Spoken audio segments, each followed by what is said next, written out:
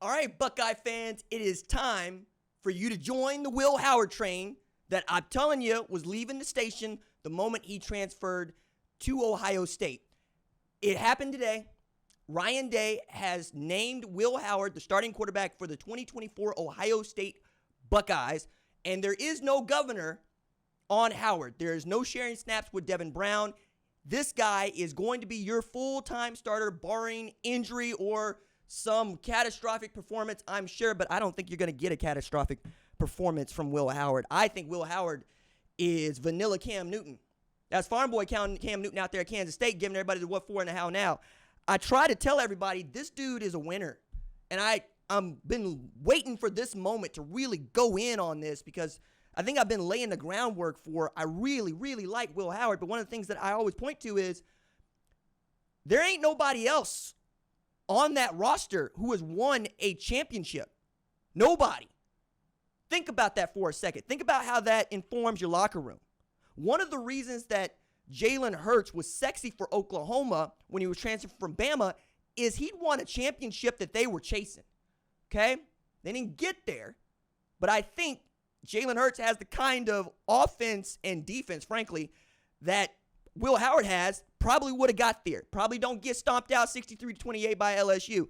And I think that Ohio State is going to do a bunch of stomping. Like, I put out my 134, and we could talk about any team you want in there, but at number one, I have Ohio State. Nobody else has Ohio State at number one that does this for a living. And I realized that it doesn't feel like that big a reach because I got Georgia in there, so basically we're all agreeing on the national championship game. But I do think that winning at the highest level matters most for Ohio State. Okay? It matters more than anything else. Devin Brown ain't done that. Aaron Nolan ain't done that. Julian Sayin ain't done that. Plus, you get to sit and watch those guys grow a little bit more. We'll see if they're still on the roster come next year, given what the portal does. But this is a man who has started 28 games over the last 4 years. He has thrown for over 5,700 yards. He has scored more than, my goodness, nearly 50 touchdowns. The thing you want to, I think it's 48, but the thing you want to actually look at is the interceptions, right? He's got 25 over 4 years, which, you know, simple math. Let me see. I can't do simple math, can I? It's about 6 a year, right? A little more. I think the reason that this is such a big deal is because you've seen the talent that has come through the door with Will Howard, and you know the talent that Devin Brown has, and you know that Devin Brown was a guy that a lot of people kind of wanted to see with Kyle McCord. Turns out Kyle McCord's just a better passer, which meant at the time throwing the ball to Marvin Harrison Jr., and you'd like to think that most people could do that because Marvin Harrison Jr. is an alien, Marvin the Martian for a reason. But it's also a guy who at about 240 has a tremendous pocket presence and an ability to run and an ability to complete passes. Like, with Chip Kelly calling plays, I expect this offense to look not like the one that Marcus Mariota was running, although it might not look that dissimilar. I think it's going to look more like what Dennis Dixon was doing before we were talking about Oregon as a national title contender, but Dennis Dixon as a Heisman winner, if you want to look at an offense, right? I think Chip Kelly's also shown you that with a Dorian Thompson-Robinson, he can make anything work, right? He can make anything work. He tried to play Dante Moore last year. It didn't work as well as you'd like to think it would work because a lot of that was about him being able to get rid of the football, but you could see the talent was there. And that's not really going to be a problem for Will Howard. Like, if they get their hole at guard filled, we're sitting pretty talking about Ohio State getting to November 30th, perhaps undefeated. Now, they start playing football at Ohio State on August 31st like everybody else. But, again, getting this done right now as we're heading into 2 weeks left to playing football, right? That's the right decision. That means you don't split reps anymore. Everybody can get behind the new guy. Everybody can start pulling in the right direction. Everybody can go about their business, not just on the football field, but off the football field, knowing who the starting quarterback is. And it changes the culture of your locker room. It changes how people talk to you.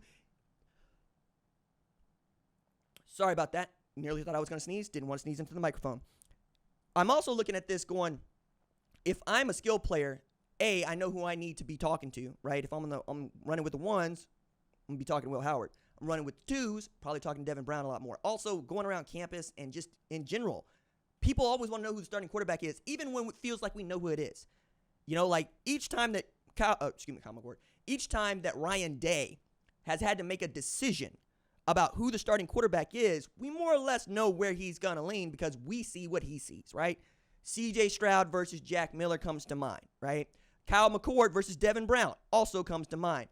I don't think that anybody ever thought that it wasn't never going to be Justin Fields, but you get the point here.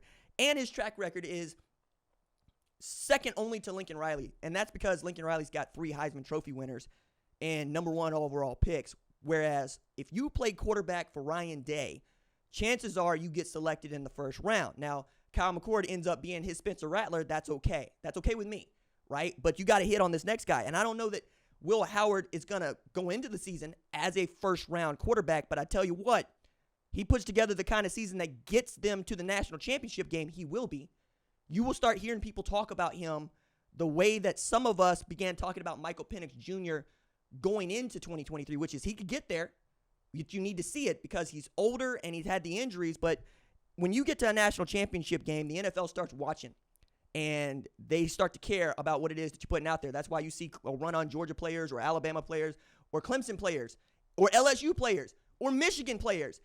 They really don't watch the sport until we get to December, January. They just don't care.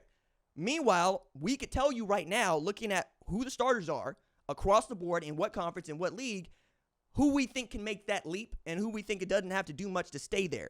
It's going to be fascinating because if Shedeur Sanders, for instance, goes 6-6 and passes for 3,200, 25 touchdowns and 4 picks, but Will Howard goes 17-0, right? Passes for 4,400, 40 TDs, 6 interceptions. Who are you going to take first would be a question that many people have to answer.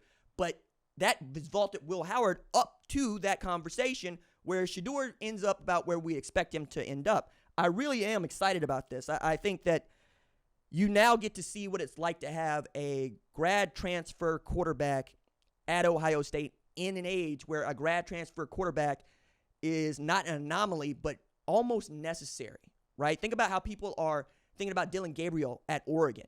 He has been vaulting up Heisman list because you have lots of pieces around him and you know what he's capable of.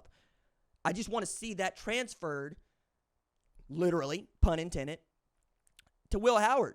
I genuinely think that dude's got it. I think that if you are able to allow him to do some read option stuff, some zone read stuff, and then get the ball out quickly to these playmakers, I've said it, and this is true, and it's not a dig because you'll get where I'm going with this. All he's got to do is be Craig Krenzel. And Craig Krenzel was more athletic than we thought he might be, but he ain't as athletic as Will Howard, and all Craig Krenzel needed to do was get the ball to playmakers. That's it. Get the ball to the tailbacks, to the wideouts, and in this offense, when you got Emeka Egbuka, when you got Jeremiah Smith, when you got Carnell Tate, when you've got dudes, Travion Henderson, Quinshon Judkins, that can make it happen for you, I mean, shout out, Jelani Thurman might actually turn out to be a household name at the end of this, thinking about these tight ends, then you got a chance.